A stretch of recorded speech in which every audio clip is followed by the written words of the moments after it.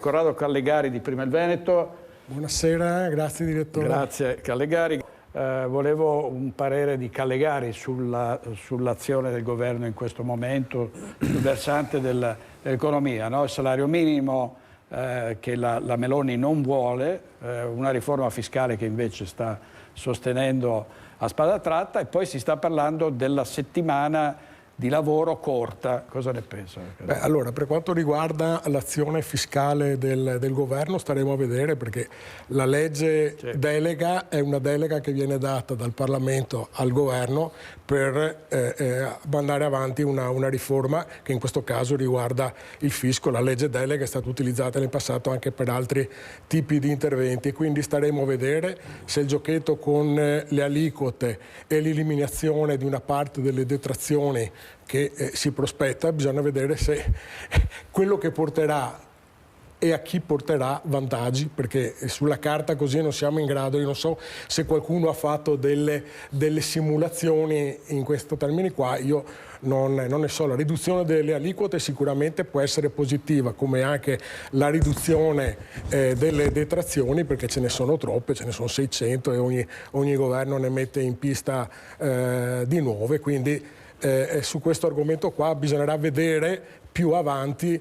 quello che succederà. Per quanto riguarda la visita della Meloni alla CGIL, per me ha fatto bene, come ha fatto bene anche la CGIL ad invitarla. Lei ha avuto coraggio di andare. Alcuni della CGIL non sono stati disposti ad ascoltarlo. Per me è un torto questo, perché di fatto bisogna sempre ascoltare anche il nemico. Mi ricordo una volta a me è successo che sono stato invitato ai tempi della Lega rampante, quando Bossi era venuto fuori con l'argomento dei sono tutti dei bunga bunga gli africani che venivano in Italia. Sono stato invitato dai centri sociali a parlare dentro una scuola come rappresentante della Lega. Mi hanno invitato e sono andato, cioè non è stata una bella cosa, però ci sono andato. Bisogna avere coraggio quando si fa politica di sfidare anche le cose che non vanno bene.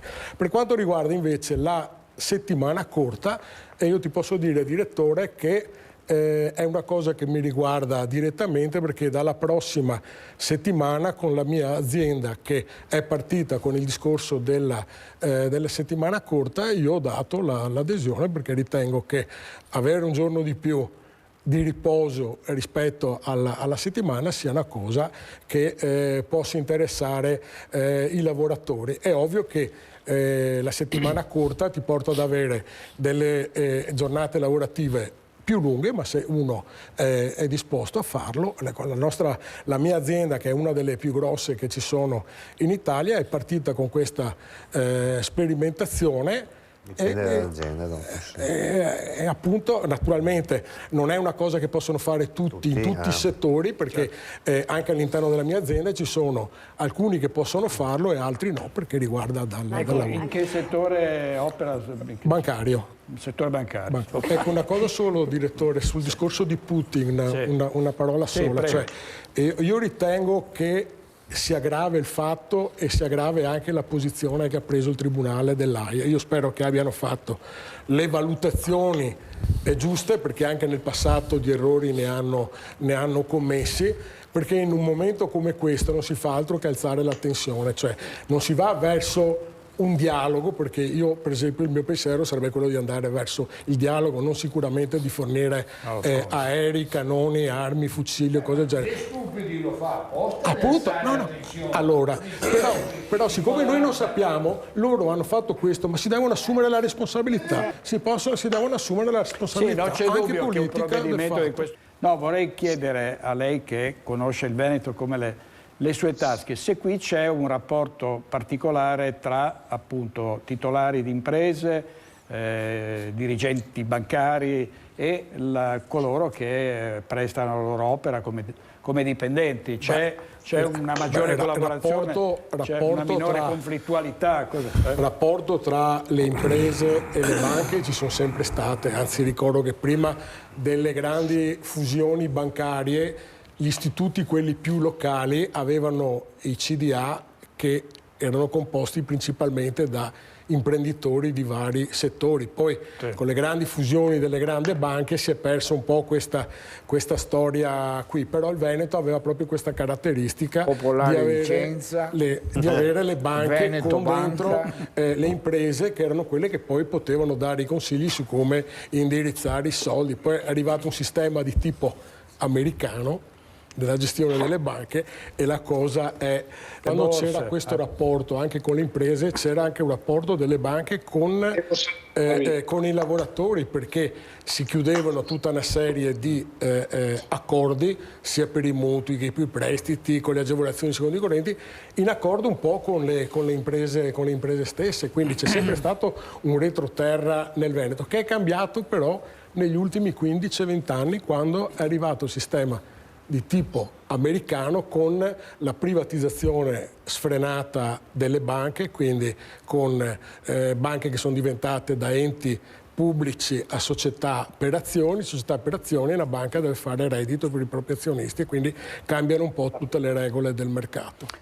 Ma lì per 2 anni in più hanno scatenato l'inferno, e qui ne abbiamo subite, diciamo, di modifiche, di sconvolgimenti. È uno dei paesi che, scusami direttore, ci ha imposto a noi, tramite l'Europa, di portare l'età pensionabile a 67, e loro stanno facendo la guerra per spostare da 62 a 64, quindi vuol dire che loro hanno imposto a noi i 67, avendo loro i 62. 5 anni meno. Questo dice cosa conta l'Italia in Europa. Chiudiamo con l'autonomia, ulteriore passaggio in Consiglio dei Ministri, ok definitivo, e adesso in Parlamento, e poi altre tappe. Secondo passaggio che non si capisce, perché un mese fa erano tutti che festeggiavano perché era passato nel Consiglio dei Ministri, invece nella realtà, come ho detto in un'altra trasmissione, il fatto di aver optato di andare sulla strada della legge quadro vuol dire andare alle calende greche, cioè non si arriverà mai alla fine. Ben diverso da quello che prevedeva la Costituzione, l'articolo quello per cui si era fatto anche il referendum non necessario in Veneto, dove lì ci doveva essere solo, la Costituzione prevede la trattativa diretta tra Regione e Stato per quanto riguarda l'ottenimento di materie e di autonomia. Si è scelta il discorso della legge quadro, che poi parte ancora dalla Gelmini nell'altro governo, con la quale innanzitutto tutto questo pezzo che si sta facendo, dall'autorizzazione del Consiglio dei Ministri, poi al Parlamento, che andrà adesso questa legge quadro in Parlamento, dopo dal Parlamento che ritorna indietro, è tutto un di più rispetto a quello che sarebbe previsto. Tra le altre cose hanno modificato di nuovo gli articoli. Ci sono delle cose che fanno anche ridere, perché su un articolo dove si parla delle coperture, l'articolo 1 dice che non devono essere fatte ulteriori spese per ottenere l'autonomia, perché ci sono i LEP da calcolare. L'articolo 2 dice l'esatto contrario, dice se però con i LEP si supera quello che è previsto, lo Stato deve creare le coperture. E questa cosa qua che cos'è che va a agevolare? Va a agevolare il fatto che o si fa slittare l'autonomia, o se si attua, ovviamente, siccome il discorso dei LEP riguarda soprattutto alcune aree del paese, vuol dire creare un ulteriore trasferimento di fondi in alcune parti del nostro Stato. Quindi diciamo che per me è una presa in giro che viola la Costituzione, tra le altre cose. Grazie Callegari. Allora, Tu sai che è stato messo sul discorso dei LEP? Allora, la parte giù del paese ha messo tale La Loggia. Per chi lo conosce e conosce la sua storia politica e lo ha visto all'opera, sa chi è. Il Veneto che ha messo un tecnico, Giovanardi.